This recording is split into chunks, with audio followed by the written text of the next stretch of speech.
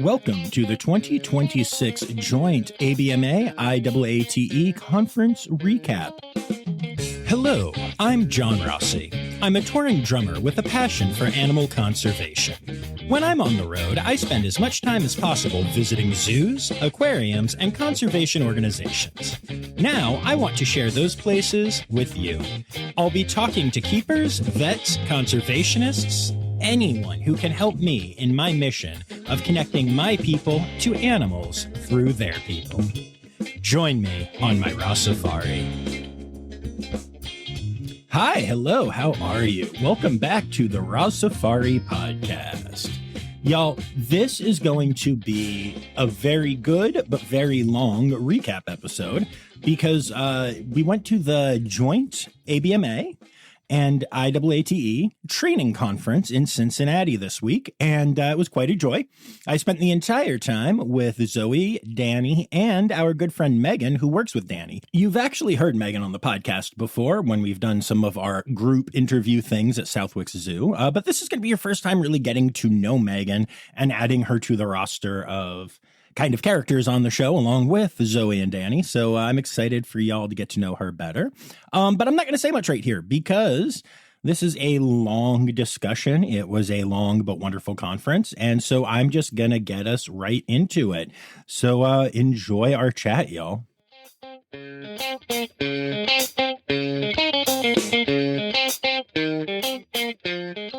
Does that mean that we're recording? Yes, we are now recording, and we just came up with the most important thing of the conference so far, which is that we're going and getting ice cream when we're done with this. Using our coupons. Yes, Using our we got coupons. So we have to go twice because we have to go once and then we have to go again with the other one. So we are here to start talking about the joint ABMA IAATE conference that we are all attending, and we are all conference buddies. So let's go around the room and introduce ourselves. I'm John, your intrepid host, laying on the bed with her feet elevated because her ankle is swollen. We have It's swollen to the size of what is it comparable to?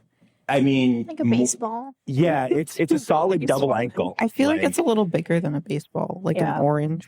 We're not really sure why, but Yeah. I for sure need to go see a specialist. I'm Dani Larson from Southwick Zoo. and joining us also from Southwick Zoo, we have I'm Meagan Andrews Ginding. Ginding. So that's how you say that. Mm-hmm. That was the tricky question. Mm-hmm. That was the trick question from the icebreaker. Yeah. And then who are you? I'm Zoe. Oh yeah, you're my wife. Cool. And so I'm also a veterinarian. Yeah, Yeah, she's not just I work at Aquarium of Niagara. your wife. Yeah. I have my own identity. No. Yeah, no, you're actually much more than just my wife, but that's besides the point. So, and I'm the drummer who, for some reason, is at a behavior conference. So we're all doing great. Yeah. Cool. So let's talk about yesterday. So one of the cool things about yesterday was the first day of the conference. It officially started with the icebreaker at 6:00, but registration was all day before that.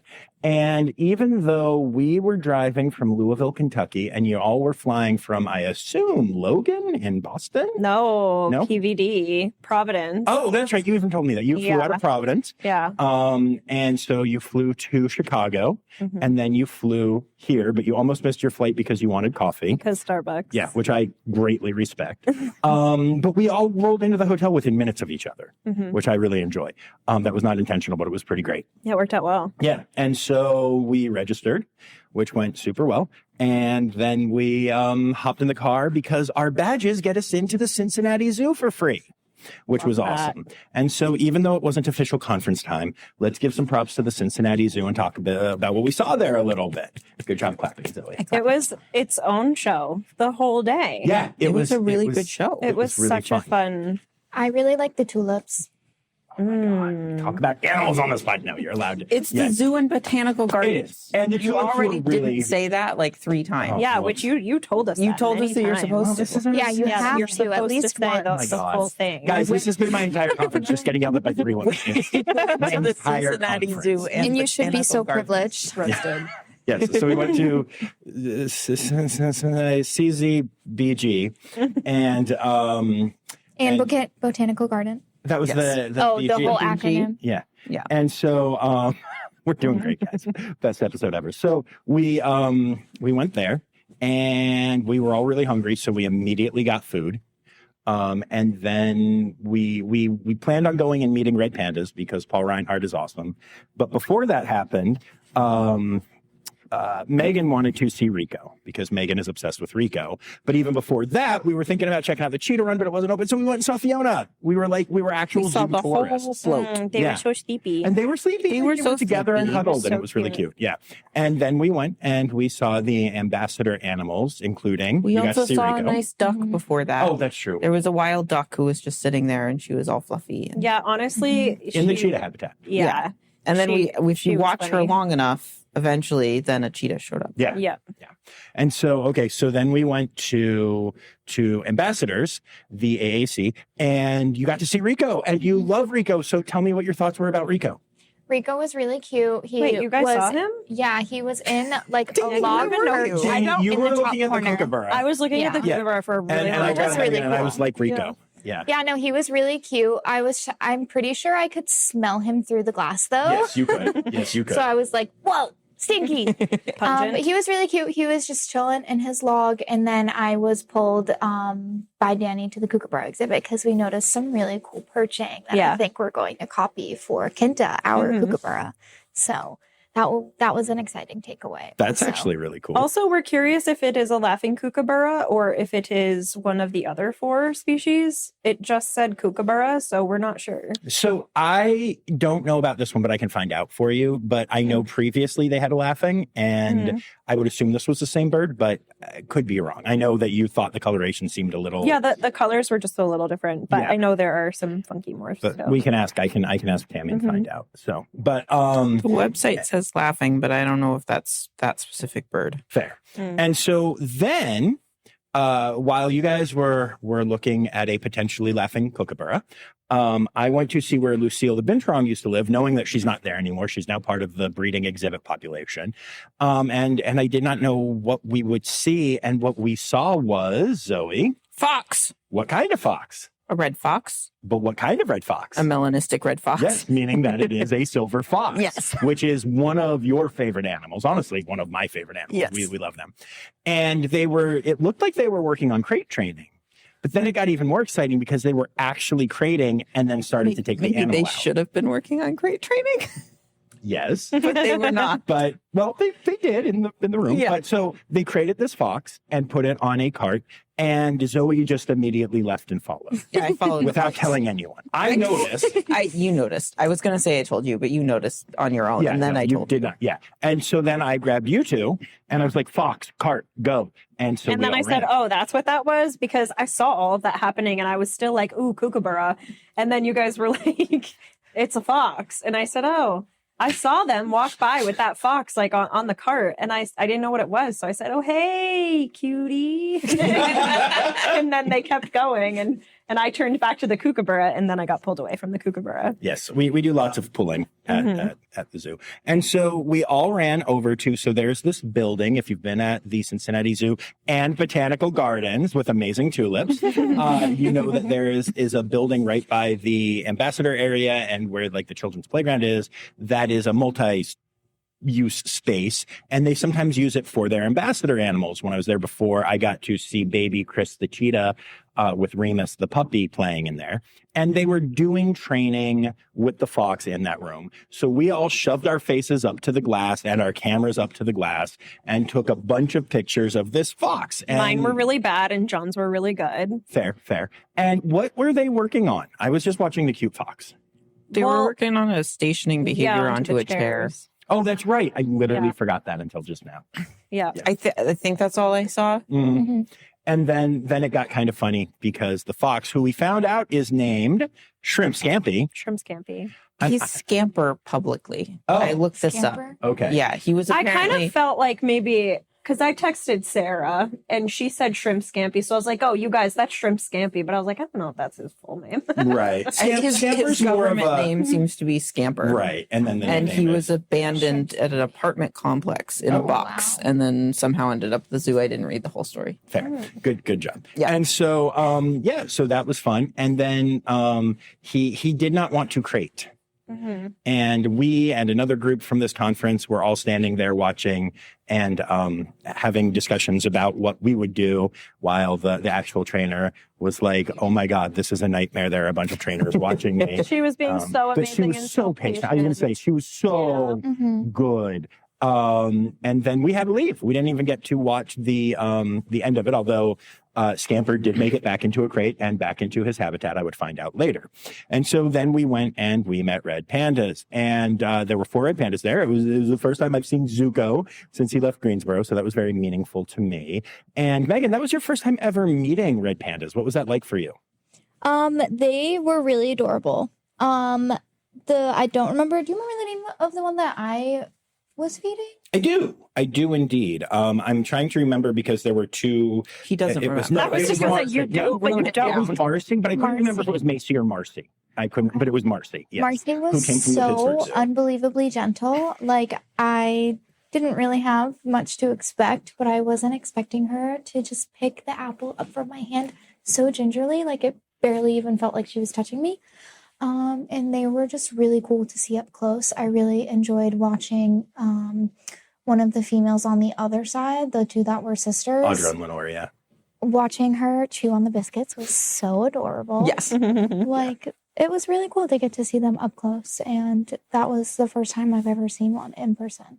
Actually, no, that's not true. I've seen them at Roger Williams, but it was just on exhibit. So very, very it's different a very experience. different experience. Yeah, they're really, really cool.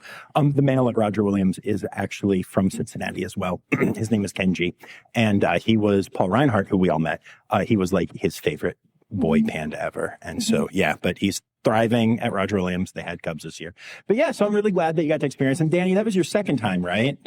Both times thanks to me. Yeah. And is your husband jealous because they're his favorite animal? I don't know. I sent him a picture and he didn't respond. Okay, he's so that means focused on having 2 children. Yeah, right now. there's kind of a lot going on. There's a lot He has a good You gotta give excuse. props to Paul. He's doing a good job. He's doing great. He's giving dad. Yeah. And so then after that, Meagan told us that her favorite animals are penguins. And so we went over to see the penguins. And holy crap, we got a 3rd show. I don't know why we got so many shows. But so somebody talked about what happened at Penguin. Well, it was questionable whether or not one of the females had like just laid an egg, or if it was maybe there and we just couldn't see it because of where they were positioned near a wall. And we were like, oh my God, but it does look a bit fresh out of the cloaca. Because It looked the cloaca very was clean. pretty swollen. Yeah. It was very clean. Yeah, the And we were cloaca like, looked did she wrong. just lay that? And then it was like a whole thing because like I'm sure instinctually she knew what she was supposed to do, but also potentially didn't. And we were really hoping that, there was going to be some like contact in the form of like potential incubation. And that just, it wasn't happened happening. for like It maybe happened for a couple 45 minutes. seconds. Yeah, it was maybe a minute or 2 where she sat on it well, and then her partner chased her off of it. And then Yes. it just didn't happen again. They kicked it a lot. Does that count for anything? They did kick it a lot, a concerning amount. They were straight They up also playing weren't in a soccer. nest box. They were just kind of tucked in a corner. Yeah, it just, something was off. Yeah, I don't think they weren't doing it correctly. It was pretty entertaining though. It was so fun to watch. Yeah, and that's what happens, right? Like it's all natural stuff. It's all stuff we've seen, and yeah. But it was. I'm pretty confident we saw a penguin egg get laid and then get kicked a lot, and then get found briefly, and then get kicked some more. But penguin eggs are weirdly thick. Like they're actually made to take some. Because a lot of times, I mean, when they get laid, especially because these are were they African or Humboldt? Those ones were the African ones. Okay, I know they're banded. And so they get laid in places where it can be hard and rocks and stuff. Same's true with the Humboldts. And so they are thicker shells. So yeah. So that was all of our pre-conference fun. And then we actually started the conference by going to the icebreaker at Newport Aquarium. And I have to start off by saying I was at Newport Aquarium many, many years ago, and I wasn't like super impressed. I liked it. It was fine. But they have really had a glow up, and I really loved a lot of the habitats and the one area, Meagan was just like, this is a vibe, and it so was. Like just gorgeous lighting. So pretty. Really nice stuff. I am shocked at how much I enjoyed a lot of the actual aquarium when we got into it. Because initially, and this was different than what I've seen for other icebreakers, we were all in like conference-y type room. Like there are 400 or so attendees here. And I would say at least 300 of us were in a room with a little bit of food and a bar or three. And they were doing like giveaways and stuff. And I won a Leatherman. I don't know what to do with that, but I have a really cool fancy knife thing now. I'm so sorry. I need to. Danny, what's happening over here? So much water dripping down my leg, leaking. But I still need to elevate it. I don't know what to do. Okay, Danny. I'm okay. I'm leaving all of this in the podcast. John's getting a towel. I'm getting a towel. Perfect. We're in your hotel room, but I'm just navigating it and getting a towel. I just don't want it to look like I peed and that it trickled down my leg. Yeah. We don't want you to look like you've peed yourself when we go get ice cream. It is simply just water. So, but, yeah. But hey, thanks for the towel. You yelled at me for getting up earlier. Well, yeah, no, I'm happy to help. I'm happy to help. Are you? I'm literally just tossing the towel. Take this towel and tie it around your leg. Oh, that works. It's fine. That's what I was Really picturing well. too, like a little tourniquet. It will catch all of the dripping of a water. towel. Yeah, so that it won't go down my leg like There it we just go. did. Thank you so much. You're welcome. All right, there we This is go. what friends are for. This is just amazing. Danny's in good hands over here. So, yes. So, icebreaker, thoughts, anybody, things? The chicken and waffles was really good. Oh, the chicken and waffles were really There good. were little chicken bits and waffle bits on skewers, and they were really good. I had one of them, and it was really good. And then Yes. there were no more of them. What did Yes. I have for a drink, Megan? The blue and gold macaw? No, it was the red and green macaw. Like we're calling it the wrong thing. Honestly, I love a themed cocktail. So as soon as I saw one that was macaw themed, I was like, I need to get that one. I don't even care what's in it. Yeah. And that's what we got. And it was good. Especially because it was green wings. Yeah. Because it was what? Green wings. Oh, yeah. Very cool. Very cool. Yeah. So, that was the icebreakery part. Obviously, the aquarium had lots of cool things. Danny made fun of me for being so excited about seeing a sea turtle. Well, because we had to listen to you whine about not seeing a sea turtle for like 2 hours. 2.5 hours. 2.5. So that's the other thing. Like normally when you go to icebreakers at these conferences, they're at a facility and you just go into the facility and the icebreaker happens in the facility. This happened in a room in the facility, but they didn't open the aquarium until 8:30, which is fine. For whatever reason they needed to do that, that's totally cool. But I think all of us just expected to get to wander the aquarium. So I was like, John was just really excited to see a sea I turtle. was, and I had to wait for 2.5 hours. So it was very good. It was well worth the wait because Yes. the aquarium was absolutely beautiful. Yes, and I'm really glad that I got to see a sea turtle and that Danny got to make fun of me for it. Yeah. So that was good. And then afterwards, we were really hungry, so we went and got late night pizza. Megan kissed a lot of fish. Oh my God, Megan! There are so many pictures. Yeah. Yes. And I touched it in an anemone for the first time. Which honestly, the water was so cold that I couldn't even tell it I was touching it. But yes, there are many pictures of Megan kissing fish and rays and sharks and. Yeah, let's be real about it, though. She didn't actually put her lips to the glass because that would be frowned upon. True. Yeah, Yes. no, but was that just aimed at really Positional photos that trickery. one of them came out really epic. Yes. Yeah. No, it's great. Yes. So, and then that brings us to the actual first day of the actual conference where they talked about a lot of things. And so does everybody agree that like was Vouter the thing that touched you guys the most? Definitely. Definitely. For Yeah. sure. Like he was just You my should favorite. go today. vote for him. I really did like Thane Maynard, though. So for those of you who don't know, Thane Maynard was the director of the Cincinnati Zoo. He has since retired, kind of, but he's still in a public-facing, like, zoo ambassador type role. And I've never actually seen Thane speak. And it was great. And he said he was going to hit all his greatest hits, and he did. He talked about his relationship with Jane Goodall. He talked about going through the Fiona situation. He talked about Harambe and how even that managed to have a good impact in the community in certain ways, which I thought was really, really cool. Apparently the child that fell in there was a young black boy, and some of the black neighborhood around the zoo that didn't always have a great relationship with the zoo took notice of that and really felt like they were noticed. And that was a really good moment for outreach to a community that didn't have a strong relationship with the zoo, according to Thane. And I thought that was really awesome. I do have to say I really appreciated his outlook on being positive, and I feel like it's so easy to focus on the negative, like all of the bad things that happen in the environment, but to really train your brain and to put that persona out there to have a positive environment and talking about negative stuff is important, but to really put an emphasis on the positive stuff because it makes a difference. And I feel like that is how you're going to bring more people in. Jesus. Oh my God. Okay. What level was that? What level was that? That was like a solid 3 or 4. On the John's Okay, fine. again, John, apparently his sneezes can go up to like a 10 in intensity. Yeah. And we heard one in the car last night that made me jump, and Zoe rated it only a 4. I think I think you rated it a 3, but I would have put it at like a 5. I mean, okay. But I mean, it was nowhere near a 10. Let's just... I just don't know if I want not to a hear 10. No. My 10 was when I've only ever had one 10, and it was when I threw my back out from it just sneezing. So, yeah.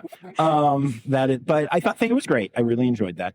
Can I say another thing about that before we move on? I was going to say it and then sneezing. Sorry, that's fair. That's fair. I didn't see anyone acting like they were going to speak, but I did kind of ruin it. I really appreciated the kind of matter-of-fact way that he talked about Harambe, that he was so like, this is what we did and why we did it. And part of it's the audience, because like the audience he's talking to, we're all pretty much on the same page about that. Yes. But I appreciated how kind of straightforward he was about it. Yeah.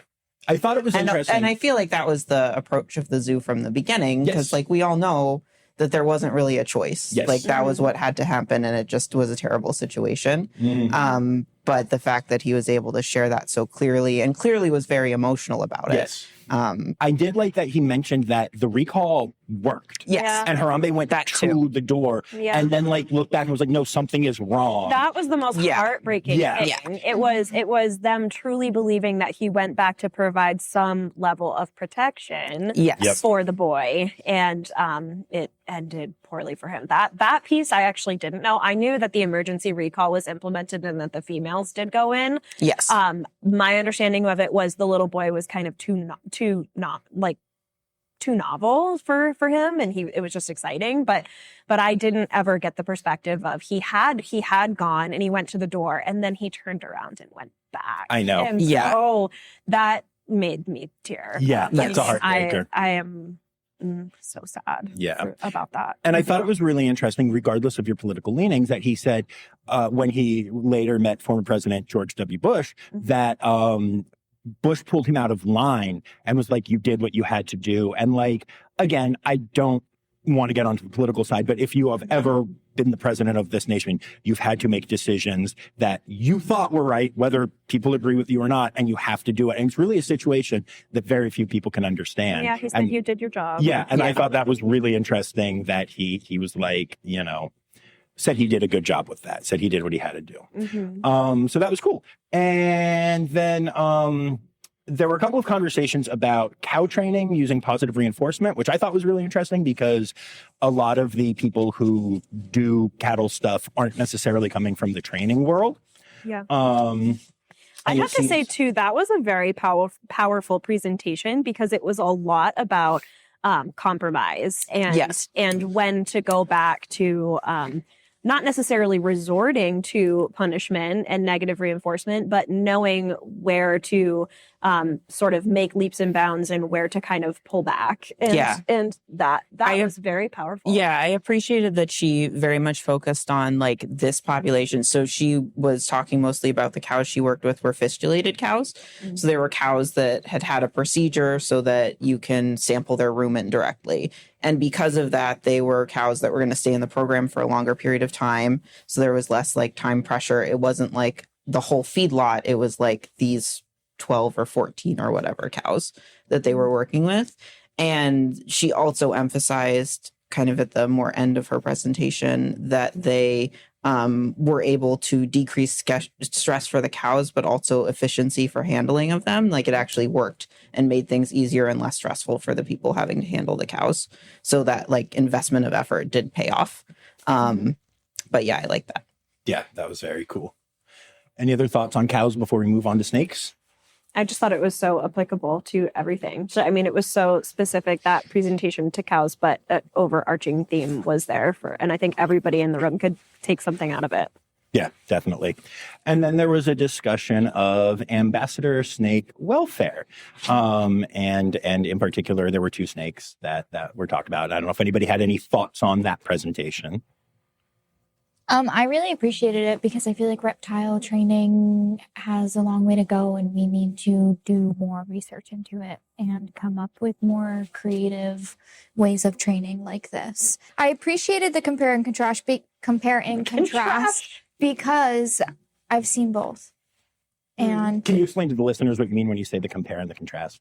So they did an experiment. It was Brett Williams with an in-hand snake and an out-of-hand snake, and how that handling, how in-hand basically had drawbacks with signs of stress and human injury. It led to like the snake's biting. And then the out-of-hand test was another snake. I think it was Kai that was out of hand. And they started with target training, but then ultimately, after a while of doing this, they had like a really big regression in the behavior. And then they kind of took out that middle step and just asked for voluntary movement, like within that crate, which I thought was really interesting. And like not being discouraged when the target wasn't working, but instead just seeing what else could work. Yeah, absolutely. I thought it was a very cool presentation. Mm-hmm. I thought it was interesting. So the snakes, I think, were Copper and Kai. Mm-hmm. And they chose to do the in-hand with Copper, who was the older snake, who it sounded like had shown more stress behaviors. And they did the out-of-hand with the younger snake, who was only a year old, who was Kai, who seemed less stressed. And I guess they were doing that because they thought the training would be more successful for the less stressed snake, but I probably would have done it the other way. And she kind of talked at the end about, I think, was going to try switching it up and like doing it the other way, or just trying out of hand for both snakes because of, you know, the bites and stuff. Yeah. That it's interesting, like how, as much as there is a science and an art to training, and like people, you know, who are very, very, very good at it, there's still a lot of like discussion and debate. And sometimes you think you're making the right choice. And I'm not saying this was the wrong choice, but like what you're talking about there, it's interesting to see the different ways you could approach that, the different ways you could think through it, and also, the vulnerability of the people to speak about that, knowing that every single room in this hotel right now has people that at some point have a thought about whether or not it should have been done the way that you said, and whether they should have done something different, whether they should have stopped on the first bite or whatever, you know, like the vulnerability of all of the presenters who are speaking about specific training things they had, even the ones that had great successes, it's still so vulnerable because every single person in the room is also like, yeah, but also this, or could have tried this, or whatever, even if it is a 10 out of 10 success, because we're all wired to think that way, right? Yeah. So I thought that was very cool. That presentation also, they talked about like compromise and the advantages to both systems. Mm-hmm. And I really liked the kind of intermediate thing that they ended up with the in-hand snake, where they at first were just handling like going in, grabbing snake, taking snake out of enclosure. But ended up doing kind of a middle ground thing where they used a snake hook, and I don't exactly understand the step-by-step, but it sounds like that was more successful and no one got bit after they changed that. Mm-hmm. So it was kind of a nice, like, there are stress reduction strategies you can use short of like pure positive reinforcement training that are still better. Mm-hmm. Yeah, definitely. And then that brings us to... well, we went and we had lunch. And that was cool. And lunch was good, but we don't need to talk about lunch. But then it was Vouder's presentation. And Vouder had a full hour and featured a lot of people that I know and love from Wildlife World Zoo. And it was really cool seeing all of my friends. And I was texting them. It was like, you're on the screen right now. So that was fun. And Vouder talked about motivation and how one of the kind of big takeaways, the whole thing was like, we're going to talk about motivation. But then really what he talked about was how people kind of misinterpret other things as like relating to motivation, which I thought was really interesting. Mm-hmm. And so some of the things that stood out to me, he always talks about this, and I love it, and how you have to remove labels when you do training. And what he means by that is, like, instead of saying that an animal is antsy, describe the behaviors that you're actually seeing, because you can work with the behaviors, but you can't really work with, oh, this animal is antsy, right? Can I say something funny about that? Please. On the bus, on the way to the aquarium yesterday, he was telling us about how, like, with English not being his first language, he had to have somebody edit his paper. And he had no idea, like, how to spell ANSI. And he thought it was, like, ANTCY. That's amazing. I love that. I just thought it was really silly. That is cute. Yeah. And then he actually defined behavior, which I think is really cool and something that we should do for the listeners, because we're here studying behavior from all aspects. But he said, behavior is what an animal does under certain conditions that can be measured. And that really stood out to me as just a really important definition. And then one of the other things that really stood out to me from his talk was just how relationships can impact training. And one of the cool things he did was he had an animal. He showed a video of an animal that was working with a primary trainer and like did the behavior no problem. And then it was a bird. It was a cockatoo going through a towel. Yeah. And that's a big thing. I know we've done that a lot at Wildlife World. I know you've been posting a lot about that right now. So like doing the bird towel thing, which you do. Why? For cooperative care. Is that what you're trying to say? Yeah. Just like explain to people why, for people who are listening, who are like, why are you shoving a bird in a towel? Yeah, it's just a really great cooperative care behavior. And there's like, it's very layered because it's kind of like the foundation of restraint. And then you can do a lot from there. Like in a voluntary restraint, we can do, we can implement lots of different tools, like a syringe to the abdomen. And then, well, we might not want to do that, not protected contact. And I could probably get into all of that. Eventually, but it's just good for an exam, honestly. Yeah, like just doing a physical exam with a towel. The keel, listening through a stethoscope. Like there's so many great things that you can do. So yeah.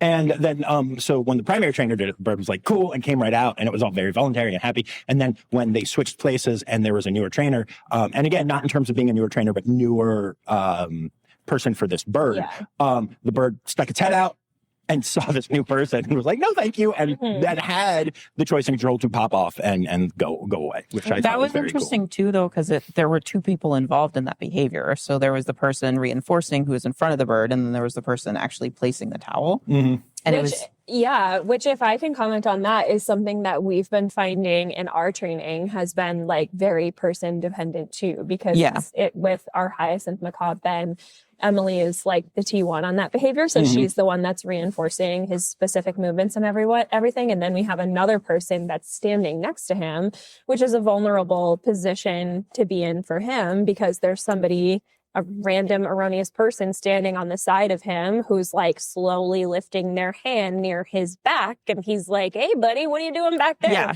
That person also matters. And we have tried different arrangements of different people with Ben for that. And I have a video of Emily and I doing that behavior with me in the standing on the side position.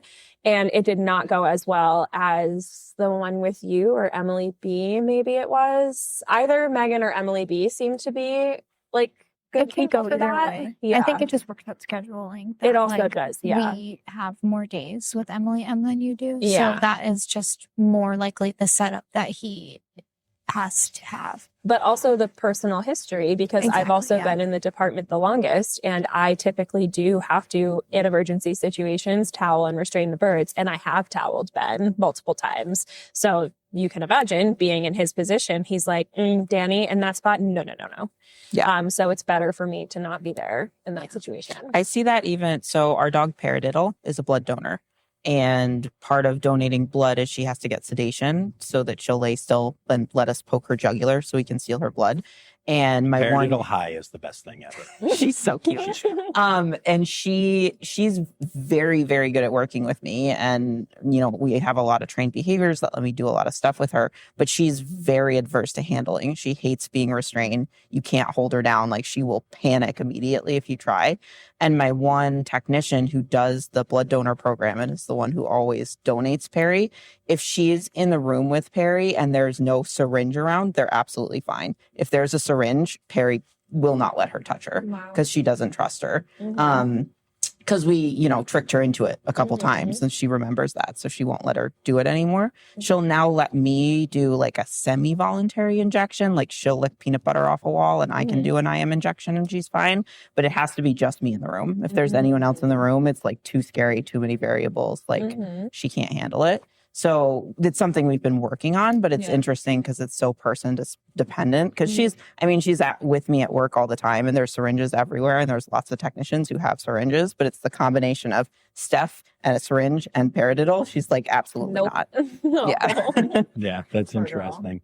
The other thing that I thought was really interesting, and you guys are going to almost probably disagree with me, but it's interesting. So in the zoo world in general, so many people have this attitude of right now, like pushing away from anthropomorphism to almost a point that I think is detrimental. Actually, I'm not even going to say almost, that I do think is detrimental. I've had people literally say you shouldn't use the word favorite food about an animal because we can't know if it's their favorite food because they can't tell us that. But I'm like, no. If every day you offer bananas and apples and grapes and biscuits to a red panda and it eats the bananas first, that's its favorite, or it chooses to not eat the bananas, that means it doesn't like bananas, right? So I think that we're trying to look too far. But I think it's interesting in all these training presentations, and it really stood out to me with Fowler, how like we do anthropomorphize to a point in order to describe the behavior of the animal in like human terms. Like you have to describe behavior in human terms to understand it as a behaviorist and as a trainer.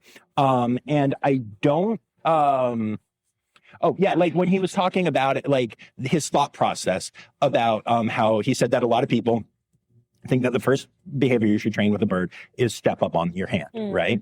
And then he goes, now I want you to imagine if you're your height and a huge pterodactyl showed up and reaches out and goes, step on my hand, right? Like and that would be big terrifying. reward for you, but still. Yeah. And he's like, that would be terrifying. And I thought that was so interesting because like, you know, his thinking through it almost in human terms, in anthropomorphic terms, is helping him understand that maybe that's not the best behavior to do. Whereas I think in every other side of the industry right now, it's very much like, don't anthropomorphize. Yeah, I think it's very dependent on how you explain it too, and how it is received like amongst the team. Like I talked about this with Bowder when he was at Southwick's, but it was a little bit of a conversation of like, certain terms might be okay as long as you have defined it well amongst your staff. Like on our staff, we all know what robo Pee-wee means. Like it's when Pee-wee or Marigold Macaw does this like head jerking and her eyes are pinning and her face is blushing. Like we can put that into observable terms. But sometimes for us, it's just easier to say robo Pee-wee instead of saying all of those observable things. So, right. Yeah, for sure. Yeah, I don't think there's anything wrong with having shorthand for behaviors necessarily. I think what Vowder argues, and which I agree with, is that when you say, you know, this sea lion is scared, like just in general, then everything you do in handling that sea lion is going to assume that there's fear there, when actually the behaviors you're seeing might not be fear. It could be discomfort, which is different. It could be a bunch of different things, you know? Yeah. So anyway, I just thought that was really interesting. And it really stood out to me. I thought about it a lot today during the conference about how we use what some people would call anthropomorphism. Again, nothing that I have a problem with. I don't have a problem with any of that. But to describe behavior and to understand how to interact with our animals better when it's found. Yeah, I think there's a difference between full anthropomorphism and just accepting that animals have emotions. Yes, I agree. And ascribing emotions to animals. Yeah. So I feel like what we're doing most of the time is more on the just describing animals' behavior emotionally, which is still shorthand and it's still making a lot of assumptions, but it's based on, you know, the science of behavior as much as we have it to know what those behaviors mean. So like that's the goal of it. But the way we talk about it is sometimes just like, yeah, they're scared or they're stressed or they're whatever. Yeah, it's interesting. Anyone else, anything else about her? Yeah, one thing that he said that I loved because I think it's such a great, because I actually, here's my phone. Oh, who knows? I texted Cassie this line and, it's right here. I said my favorite thing that Bowder said was, please hold while I pull it up. I mean, I probably could do it by memory, but why would I? He said the training session should be one of the good things about their day, but not the good thing about their day. I wrote that down too. You did? Yeah. I thought it was such a powerful line because, I mean, especially if we're talking about motivation, if that animal, let's say that animal hasn't eaten all day because you used that in your behavior management plan or whatever, and they can't do anything else because they're sitting there, they don't have enough opportunities to make other choices in their day until their training session.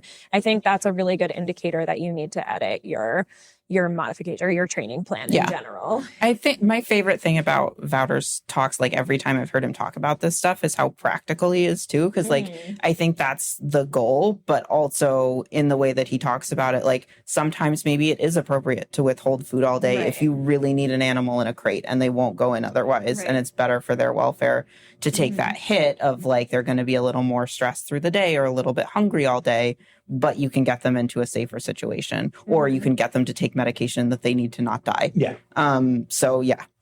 Just building everything that Wouter talks about is like time dependent. Yes. Which I think is really and like cool. very context dependent, very like it's the whole situation. Yep. Absolutely. But put into simple terms, like that is like one line. It wasn't even on his slide. He just said it. And I wrote it down and I was like, "Ooh, that was a good one." Yeah. He's so good at that. Yeah. Cool. And then we had a couple of other presentations that were less relevant to me personally. One was a kind of training the trainers thing, and one was like a technology thing before we get to the very last one. And so I don't know if any of you guys had any thoughts about those. I thought they were probably really good for people who were involved with that stuff. It was right out of my wheelhouse, which is fine. That's what I wrote down too in my notes, is that I need to go back and look at the papers for those because it's like that software engineering is like way out of my skill set. Yeah. And that my brain couldn't handle it. The idea was using open source software, which is freely available to the public, like it's not copyrighted, to help you automate your training plans, which is an awesome idea. And also a really cool situation when you like, if we go back to the hornbill thing, like when you can't be in the full presence of the animal because they are not well conditioned to people at all, a great way to make those first steps. That one was also really hard for my brain to comprehend. Yeah. I really liked the little practical parts about like how the automation worked, but I didn't understand the stuff around it as much. That's fair. Yeah. And then that brought us to the last presentation of the day, which was two hornbills. And this is I mean, we didn't even talk about Kit Lacey is the very first one, but that one was really amazing too. Yeah, I also really liked I got a lot out of that. I think making decisions on ambassadors in the rehab world is that was awesome. Beneficial information to share at conferences like this. And that was like really cool. Not that it's really relevant for us, but but it was a good talk. Yeah. Even if you do have any animal in human care that has some sort of injury, I thought it was really cool. But I'm tied. I mean, I think Wouter's was my top. And then I think between Kit's and Laura Joseph's, I really enjoyed both of those too. Love the hornbills, but also really loved how she laid out that training plan and how she talked about her approach going from birds that she thought might quite literally kill themselves because of this aversive fear of humans and being in a captive situation, and how, with welfare as our guide, we just won't accept that type of behavior, and it's our responsibility to fix it. And she did, and she laid it all out. And I thought it was really brilliant.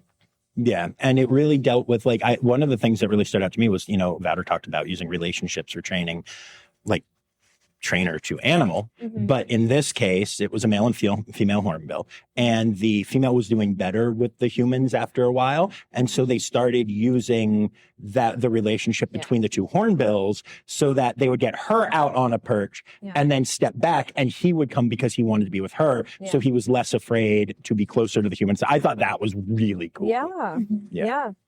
All right. Anyone else have any thoughts on day one other than that? We have said so much, or day two, I guess. Yeah, we've said a lot. Yeah. I want ice cream. I want ice cream. We got peppermint narwhal pins. Oh, yeah, we did. Oh, yeah. And Becky gave you a Mata Mata. A Mata Mata pin, and also a really cool sticker for my birthday, which is tomorrow. And that was really, really sweet of them.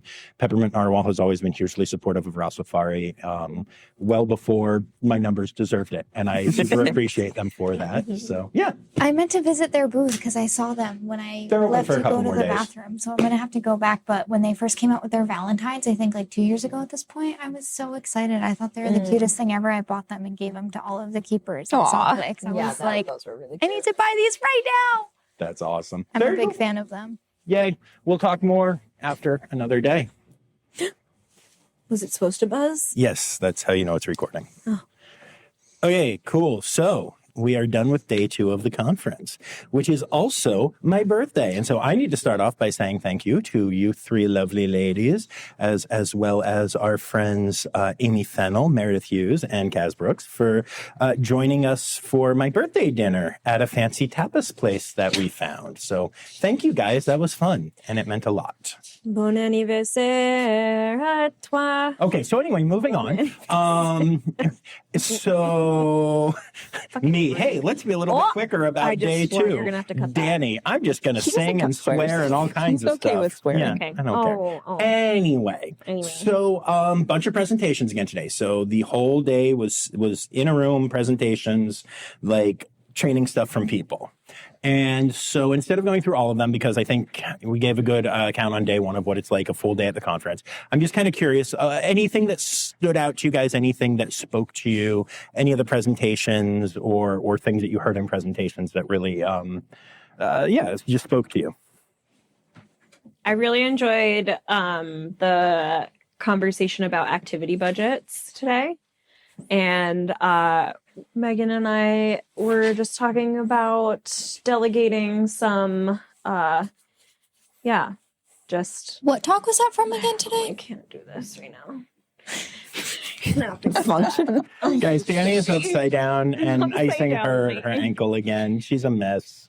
I Just may enough have to be freaked her cute. out about her ankle a little bit. It's fine. It's This is fine. always concerned for me. I'm concerned for you. She's a doctor, but like a non-human doctor. Yeah, It's I don't- fine. And even still, she's I concerned. only non-human primates. Yeah. Wait, back to the topic because I just found the talk that was from. Thank you. I love you. It, that was specifically from managing aggression and improving welfare in Yeah, from the male. crane. Yeah, the male crane. That was really interesting, and I think that we could apply that to a lot of our ambassadors. That's cool. That's interesting. I have lots of thoughts on activity budgets, which I will not go into now, but Why not? because we have a long episode, but I think you and I should chat about them sometime, or all of us should chat about them sometime. I think they are an interesting You just topic. said you weren't gonna. All I'm saying is an interesting topic. Yes. Blanket statement. Blanket statement. Hey, you're laying on a blanket. That's another blanket statement. So I know, but that was cool, and I love that it inspired you guys to like look at how to do things specifically with your aminals. So that's very cool. Zoe, you mentioned that a couple of the things spoke to you, especially because they were like vet related. Yeah, there were some vet adjacent things today. I really liked the talk about physical therapy at the Cincinnati Zoo. So they talked about physical therapy for one of their Galapagos tortoises who had a congenital spinal abnormality that made him walk funny. Yeah, his And left leg dragged, his back left leg dragged. Yeah, because his spine was crooked. Yeah. Or is crooked. And he has been getting physical therapy for that, and it's improved his mobility significantly. And then they talked about their ambassador pigs. They had 3 pigs and started physical therapy because one of them was having more mobility issues, and ended up doing it for all the pigs. And it has improved their quality of life as well. And then they talked about Chris. Cheetah. The cheetah. Does everyone not know who Chris is? I don't know. Probably, but just in case. Chris of Chris and Remus Yes. at the Cincinnati Zoo.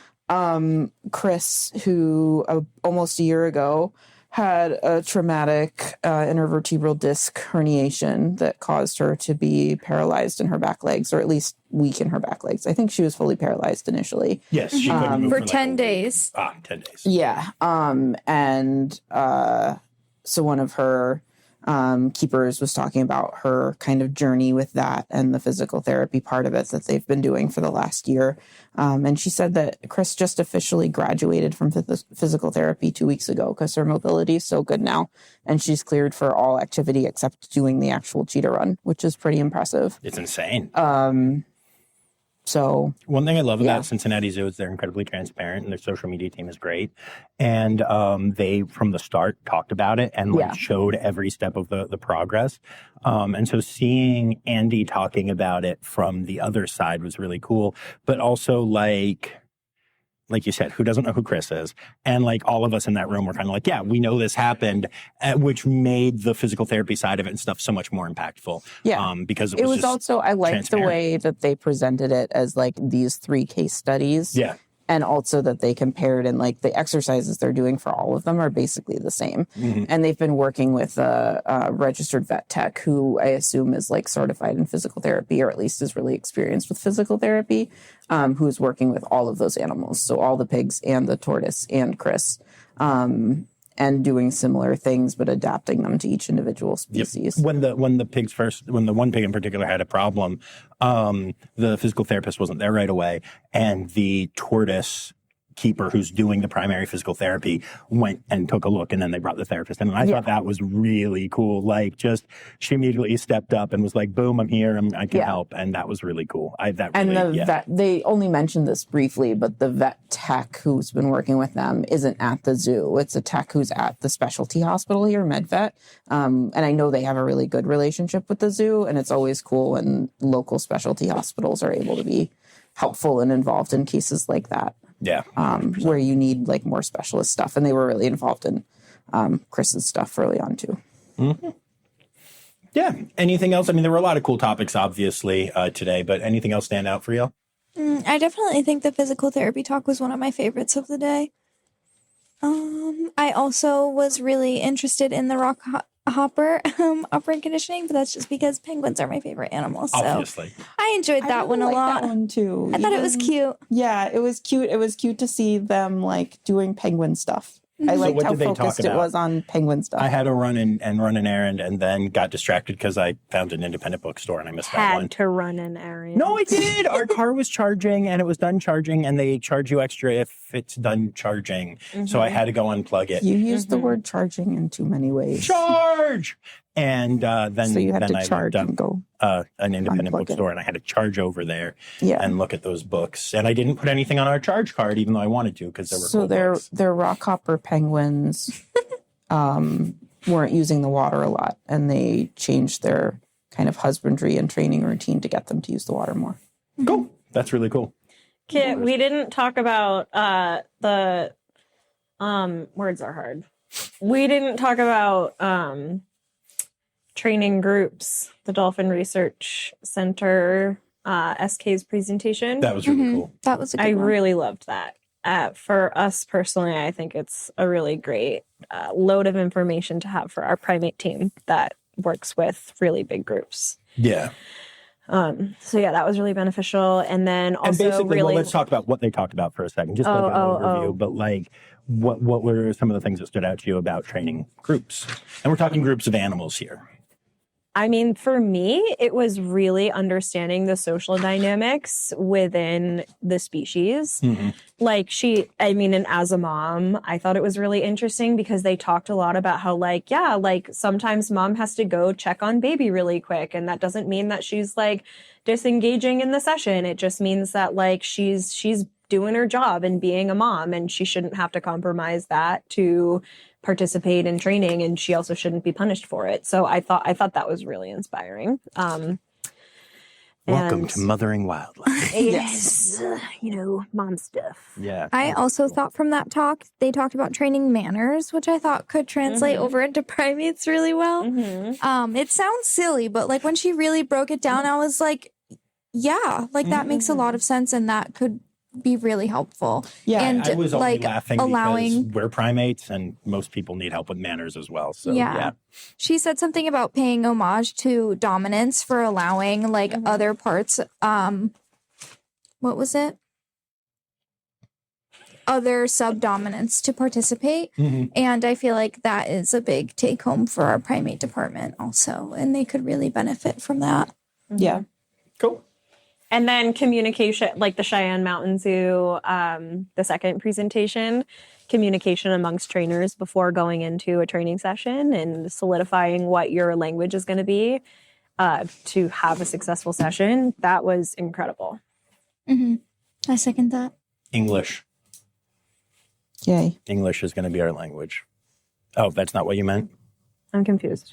You said deciding what your language is going to be. I just can't stop looking at the water damaged wall in front of my face. I mean, let's be honest. You've had 2 drinks and you're I badly like the way injured. it It's amazing that you're even here right now. right? Danny's going to be asleep 20 minutes after this is over. Listen, no, we still have Bop It to Bop play. It. All right, you have to play your bop it, yes.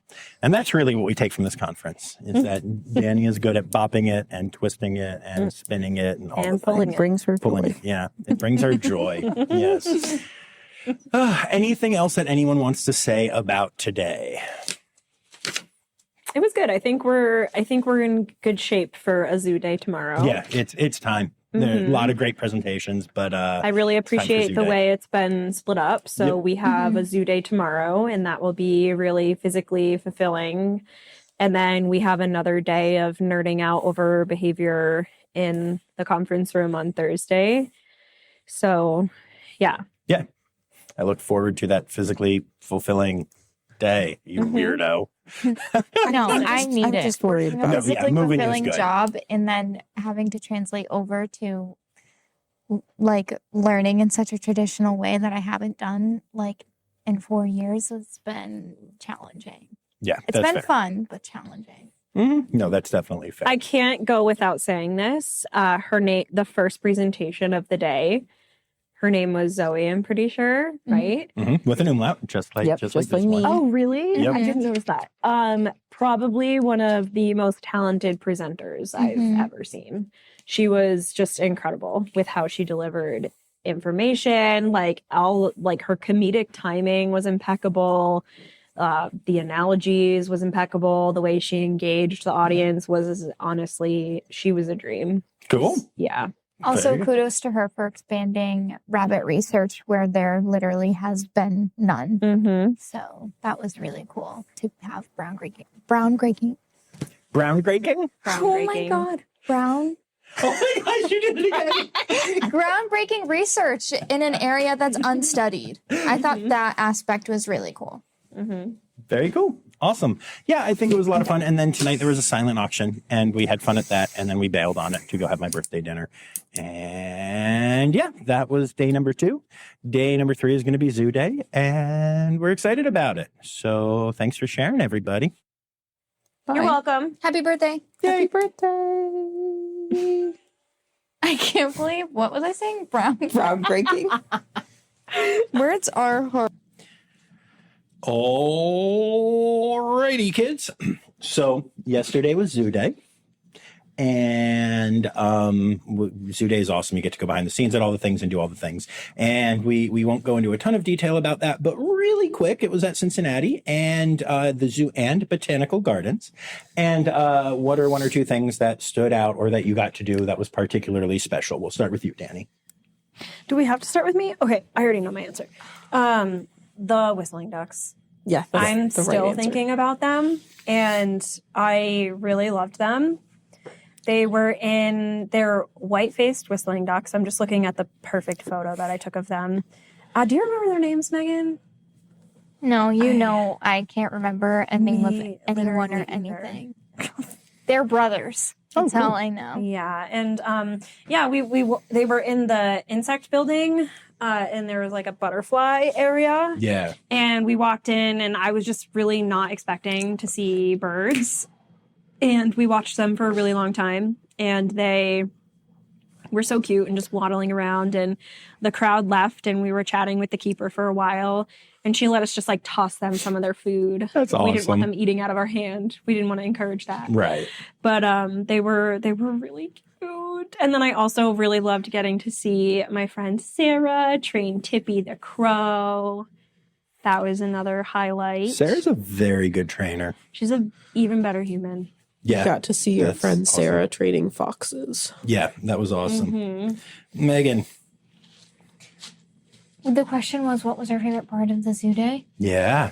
Okay, I also enjoyed the ducks. They were really cute. I enjoyed meeting Terry the rhinoceros. Hornbill. Thank you. It's I late. was like, wait, you met a rhino? But no, Yeah, the hornbill. I The did hornbill. at The the bird show. I rhinoceros met a hornbill at the- rhinoceros at the bird show. It's so Wow. late and my brain's not working, but I'm a big fan of Terry now. I think she's really cool. It was cool to get to see the kind of like a deconstructed version of their show. And yeah, I did also enjoy Tippy the Crow. Yes. Honestly, like, I'm not at my best moment right now. Okay, so yeah, for everyone listening, we are recording this bit after the last day, after the banquet. We're all completely exhausted. We had a great time, but we did all the social things, all of the banquety things, all of the sitting through papers things. Some of us even snuck to the zoo for a couple hours today. So we're so exhausted that last night when Zoe and I got back to our hotel room, she fell asleep at 7:30. And I was like, that's silly. I'm going to take a quick nap and then I'm going to do stuff. And I apparently also fell asleep at 7:30, like for the night. So that's a new one for me. That's really crazy. Okay, now that John kind of has refreshed my memory, the last final thing that I really enjoyed watching is they were able to, despite the rain, do some cheetah runs for us. And their like little warthog or Red River Hog, River Hogs or Francis Bacon. Yeah. Yeah. Presentation in their cheetah run yard. And that was also really great. That was really great. Yeah. How about for you, Zoe? I liked the runner ducks in the farmyard show.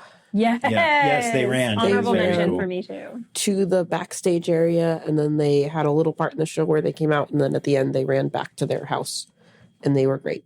Yeah. And I also really liked the pair of mallard ducks who live by the cheetah exhibit where Chris is now. Mm-hmm.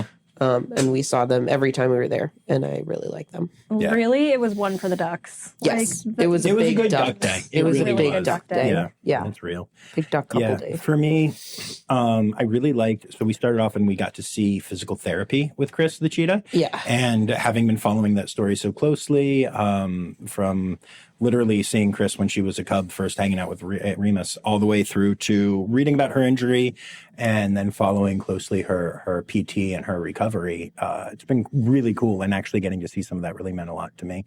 But the number one thing was while you guys were watching the Barnyard show, my good buddy Paul Reinhardt took me back to the Red Panda habitat, and I got to watch an ultrasound training session with Marcy, the new panda who came from Pittsburgh. And that was just really special. It was some one-on-one time, except there were 4 of us, but some like away from the crowd, away from everything time, and some panda time. And Paul is a dear friend and obviously has been on the pod, and Marcy was gorgeous. So yeah, it was truly wonderful stuff. And Zoo Day just in general was absolutely incredible. The zoo went completely out of its way to make it amazing. And then that brings us to our last day of presenters. That's not the word. Presenters. Wow. Presentations. I put the two together. Shows. They were shows. They were shows. They were shows. And so some of us didn't make it in the morning. So I'll let the people who were good girls and were here talk about anything they saw this morning that they want to talk about. There were some presentations on leadership, which was nice. And I enjoyed Sharon Clay's presentation on the power of failure. She just did a really good job. Her comedic timing was really good. All of like the memes that she put in there were really good. It was just refreshing. It was like pretty easy to follow. You know, some of the presentations, especially being so drained and tired, I'm taking notes from my facility. I'm really trying to pay attention. And hers was just pretty refreshing. Yeah, we got there for some of that. Yeah. And I really enjoyed it as well. I also think it's such a great example. So obviously it was about the power of failure and how to look at when something in a training session goes wrong. But even just in life, it's just such a great reminder that like you can build from those mistakes. But also it's so cool to see that this community is one that is so transparent and willing to share their what could be embarrassing failures and instead make them not that. And I thought that was really special. Yeah, it was so cool. Yeah. And the one from Australia, was it Melbourne Zoo? Am I making that up? Ooh, where's my phone? I need to look. That was a really good one too. The conversation about the orangutan was so funny. I'm not making a lot of sense. I'm so sorry. Orangutans are cool. I don't know which. Do you know what I'm talking about, Meagan? I remember the talk, but I can't remember if it was from this morning or the afternoon? It was, what are the limitations? It's not the science. That would be this morning. From Bianca. Ooh, I'm not gonna try that last name. It was fantastic. Yeah, no, that one was really good. I have to agree with you. And I feel like there was some things that we could definitely pull out and apply. Yeah. Anything else stand out to you, Megan? Throughout the day or just the morning session? Just the morning session. No, I feel like I have similar thoughts as Dani. I like that you were inspired by it, though. The power of failure, the limitations. I thought the leadership. What was it? Yeah, the very first talk of the day on leadership, I thought that it was like very nice and encouraging and like giving just an average keeper like the confidence and the ability to like take it a step further if that's what they're looking to do. That's awesome. I love that. And then the morning session ended with a talk from my good friend and former and future podcast guest, Steve Martin. And he talked about kind of looking at different levels of training. And I thought that was interesting. I think that's part of his book that's coming out. And I think it's going to be controversial. And I look forward to seeing how people take that and interpret that. But yeah, and then there was a nice big break. And Dani couldn't go, but the rest of us went to the zoo and we saw more ducks and we saw little blue penguins and we saw elephants and we saw red pandas and kangaroos. And binturongs and an aardwolf. Oh my gosh. The whole night hunters smelled like binturong. Like 100%. It was amazing. I was just breathing so deeply the whole time I was in there. It was awesome.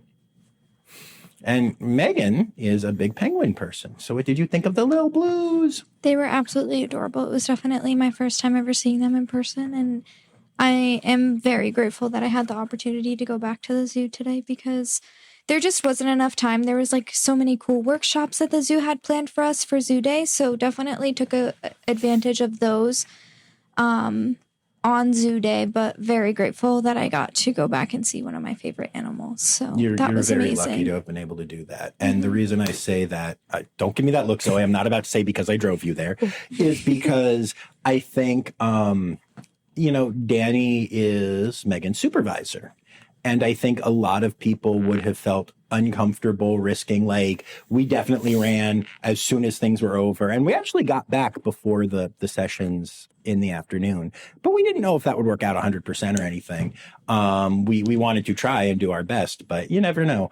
And so I just think it's really cool that you guys have such a great relationship and that you have such a good leader that Dani understood and honestly would have come with us if not for mitigating circumstances. Or severe injury. Yes, her leg falling off. Yeah. Something very wrong with me. Yes, and also something wrong with your ankle. But I do, all joking aside, though, I genuinely think it's so cool that, like when Dani was out, I fully expected you to be like, oh, I'm out too, because like mom says I can't go kind of thing. But you didn't feel that way at all. And that speaks so highly to Dani's leadership and your comfort with her as a leader that I'm very proud of her for that. And I think it's a really beautiful thing. Aww. Yeah. So then it was the afternoon sessions. And I swear to God, I was there. I know I was. And I know they were really good. Like, I really liked a lot of what I heard, but my brain is just fried. So someone tell me what we listened to. We were all there. Bueller? Did we take a nap together?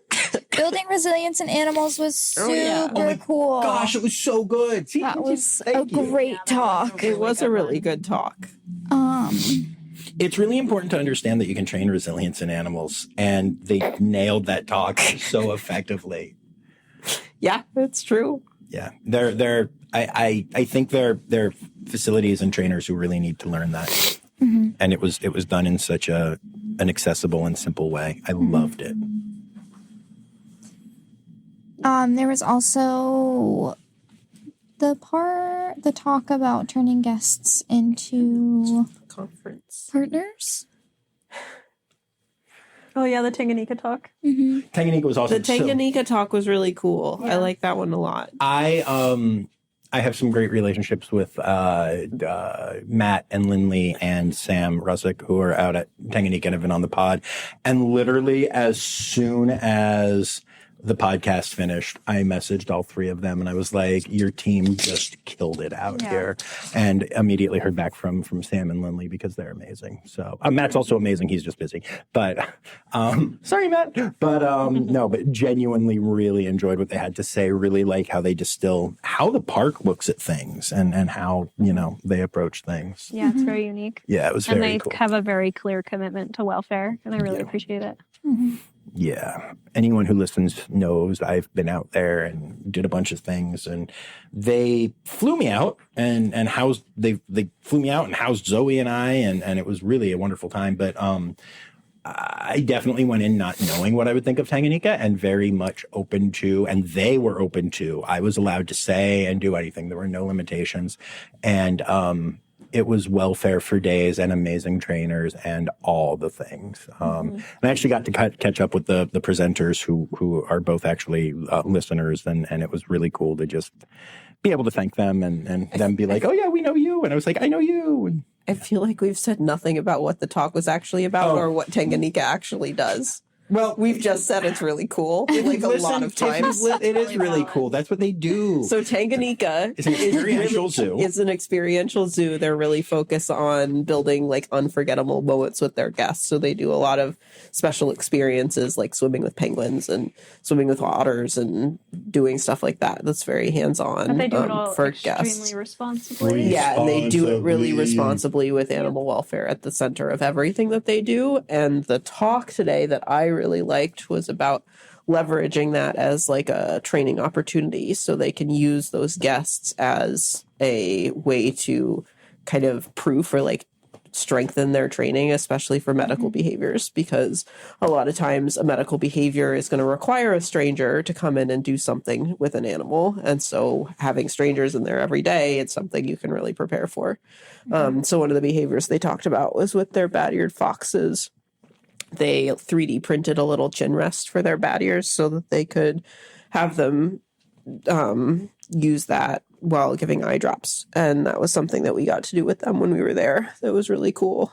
We didn't give them eye drops. We just did the chin rest. They weren't at the eye drop point yet, but they got there. And they had video of them giving eye drops. And then they had the otters are trained for x-rays and position themselves for x-rays and will do lateral and VD. So like they'll lay on their side and they'll lay on their back to get x-rays. And they use guests to hold like a mock x-ray machine, which is really cool. I feel like there was another one they talked about. Well, I really enjoyed the experience with the Eurasian eagle owl flying to the hand. That's fun. They would have the guest predict what the owl weighed. And then right after that, they would have the owl voluntarily fly to a scale and have the guest read it so they could immediately see. And I just thought that was really fun. And what a fun way for the owl to rehearse a voluntary scale behavior. Yeah, absolutely. And also Tanganyika is really fun. Yes. Oh, and really cool. Yeah, it's really cool and really fun. Yeah, we've established that, I guess. Yeah. Awesome. All right. And then was there anything else you guys want to talk about from this afternoon? No? Cool. Good. And then we hung out for a bit. And then I went and had drinks with Wouter Stallard, and Zoe joined us, and he lifted me up and got me tipsy, which are the two things that he does when I hang out with him. He bought me a really good Shirley Temple. He did. Yeah, he did. And then we went to the banquet, and there was food, and there still is dancing, but Dani's ankle is not dancing right now. Yeah, something's very wrong. Yeah, no, you're broken. Very. Yeah, it's not good. It's not good. We keep icing her. Yeah. But yeah, and I thought closing thoughts, ABMA and IAATE did an incredible job partnering for success.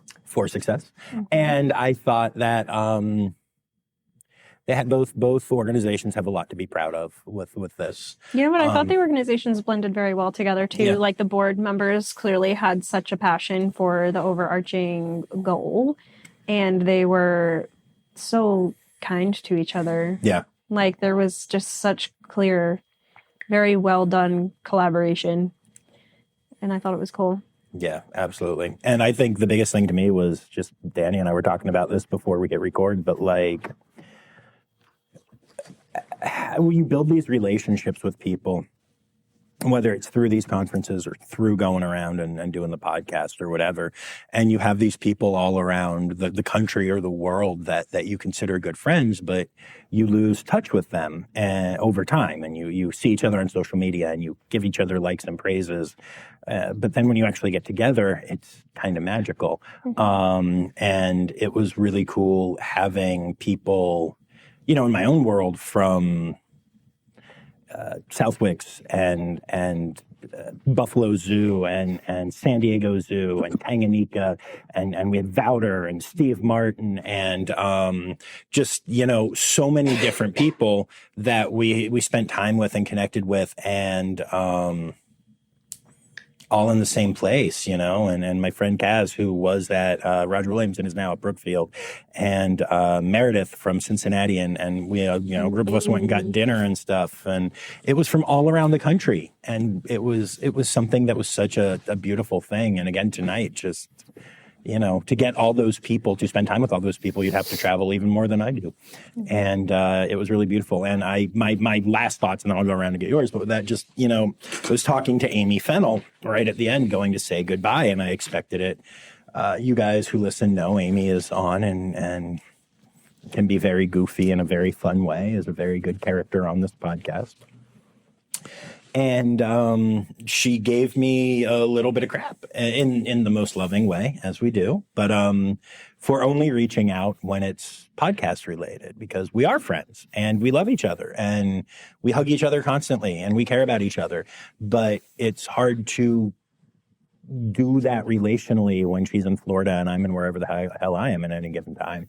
And it was a really good reminder that we can actually foster those relationships and build them up even when we're not in the same place. But damn, it's nice and easy when you are in the same place. That was my favorite part of the whole conference. Mm-hmm. Dani, any final thoughts?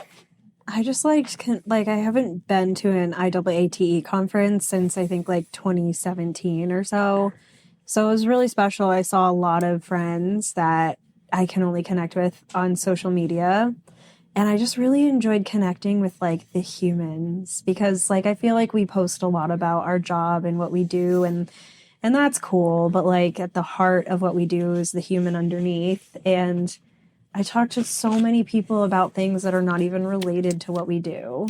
Amy and I talked about feet and cheese and and how both of them can stink. Yeah. Yeah.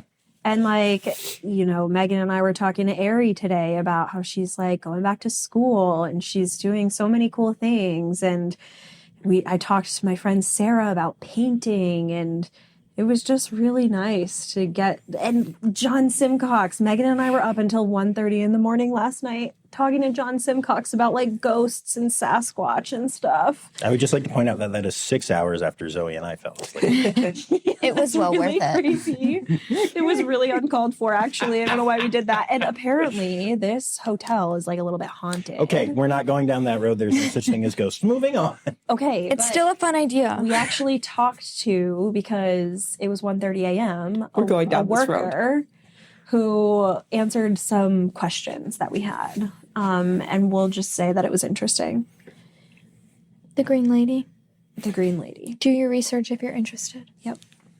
Stop listening to my podcast if you're interested. No, I'm kidding. We love everybody here. Meagan, final thoughts. Well, this was my first ever conference, so in a way, I feel like a baby in this big, giant, double partnered up conference world. But it was super cool to meet all of Dani's connections and to reconnect with John Simcox, because he has Alexi's baby sister. And just be around so many people who care about the same things that I do, because I feel more often than not, I am surrounded by people who don't like the same things that I do or don't care about conservation the way that I do. So it's really inspiring and really refreshing to be around people who do care and work towards the same goals. Just building that community. Also, I think one of the highlights of my trip is the fact that Amy Fennell made me take my shoe off at your birthday party so she could tell me about, what is it? Plantar fasciitis. So, also, again, 3 of you had your learning. damn shoes off at the fancy-ass restaurant that we were eating at. I'm just saying. Learning We're about getting something not bird-related. Was Can fun. birds get that? No. Like, can you That's get a question for Dr. Zoe. plantar zygodactylitis or something? No. Clever. I'm proud of you. Zygodactylitis. They get other foot problems, but they can't They get that one. bumblefoot. They don't have the big tendon we have on the bottom of our foot. Because the Bumblefoot. bottom of their foot isn't even the bottom of our foot. Like, it's just their little toesies. Bumblefoot. They do get bumblefoot. That's different. Yeah, I just like saying it because I know it exists. Bumblefoot. Bumblefoot. Yeah. Cool. Zoe, final thoughts. I'm so tired. Actually, that sums up the conference pretty perfectly. Good job. I really liked it. I feel like my biggest thing was the same thing that Meagan just said. Just that I really like being around people who care about the same things that I care about. I feel like I don't always have that. And it's nice to have that. Yeah. No, that makes a lot of sense, especially because we found out that Meagan and Zoe are, by and large, the same person. Yeah. So that has I been think my favorite moment of the whole week might have been Meagan pointing out dogs to me when we got out of the car yesterday. That was made me really cute. happy. Yeah, Well, she talked about it a Jenny lot. had an overarching question for this trip that was really, I loved it. And she asked, like, what brings you joy outside of like work and Yeah, like, that your did come up a passions couple for work? times. And Zoe said dogs. So I was like, I see dogs. I'm with Zoe. I need to show her to bring her joy. That is a question that I asked at John's birthday and that we talked about a lot. And also, I want to point out that during the bird show yesterday, when their vulture came out and they were playing music and no one was talking and the vulture was just doing his thing to music, I did text Amy and said, "Are you crying?" Because she said that was her thing that brought her joy. Yes, the combination of like birds and music. Yeah. Animals and music. Or animals. Animals doing their birds. thing to music, To music. Yeah. Yeah. is what brings Amy joy. And I was like, no wonder Amy loves me because I'm a musician and do animal things. So. Yeah. That's true.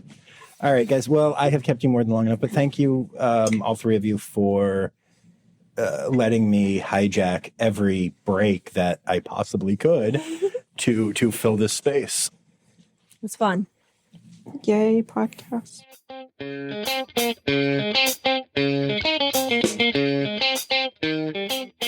Yay, podcast indeed. Thanks for sticking with us through all that. I know it was a lot. Hope you had a lot of fun with it. Hope it showed not just how excellent the conference was, but also, and how much there was to learn, but also how much fun we had. I will let you get going here, but before I do, quick reminder that you can support the pod for as little as $3 a month by going to patreon.com/Rossifari. And I do want to say thank you to all of my patrons, especially my Red Panda level patrons, Dr. Laura Shank, Dr. Stephen Williamson, Barbara Bennett, Jenny Owens, Melissa Reed, Carrie Kirkpatrick, John Lewis, who is also here for stickers, Kevin Williams, and Cormac McMuffin. Meow. And with all of that said, we'll be back here on Friday with some zoo news. And until then, remember, friends, the word credits backwards is Steiderk. The Rossifari podcast is produced, hosted, and engineered by John Rossi. Editing and fact-checking by John and Dr. Zoe Rossi. Our theme song is Sevens by Nathan Burke, performed by Nathan and John. Interrupting John theme and additional voices by Taylor Isaac Gray. You can reach John directly on Instagram and Facebook at Rossifari or by email at rossifaripod@gmail.com. Rossifari is part of the Daydreamer Media Network. Now, stop listening to me and go visit a zoo.